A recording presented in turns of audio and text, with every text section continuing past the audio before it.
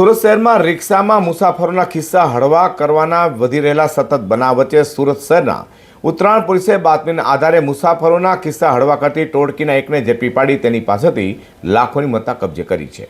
Surat police commissioner Anupamsinh Gehlot, સંયુક્ત police commissioner sector 2 Ken Damor, નાયબ police commissioner zone 5 Lagdirsinh Jhala, incharge મદદનીશ police commissioner L division R રાહીની સૂચના લઈને ઉત્તરાયણ પીએ ડીયુ બારડ અને સેકન્ડ પીએ એનજી પટેલની ટીમ પીએસઆઈ આરડી ધાધલના માર્ગદર્શન હેઠળ પેટ્રોલિંગમાં હતી. ત્યારે નામ હેડ કોન્સ્ટેબલ કિરણસિંહ ગંભીરસિંહ અને અનામ હેડ કોન્સ્ટેબલ સમીરભાઈ ભીમજીભાઈને મળેલી બાતમીના આધારે રિક્ષામાં મુસાફરોને બેસાડી તેઓની નજર ચૂકવી ચોરી કરતી ગેંગના એક સભ્ય ઝુબેર હુસેન શેખને મોટા વરાછા નહેરથી રંગોલી ચોકડી જતા રસ્તા પરથી ઝડપી પાડ્યો હતો.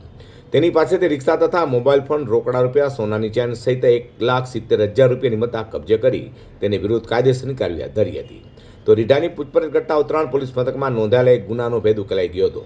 ઉત્તરાયણ પોલીસે રીઢાની ધરપકડ કરી વધુ તપાસ હાથ ધરી છે.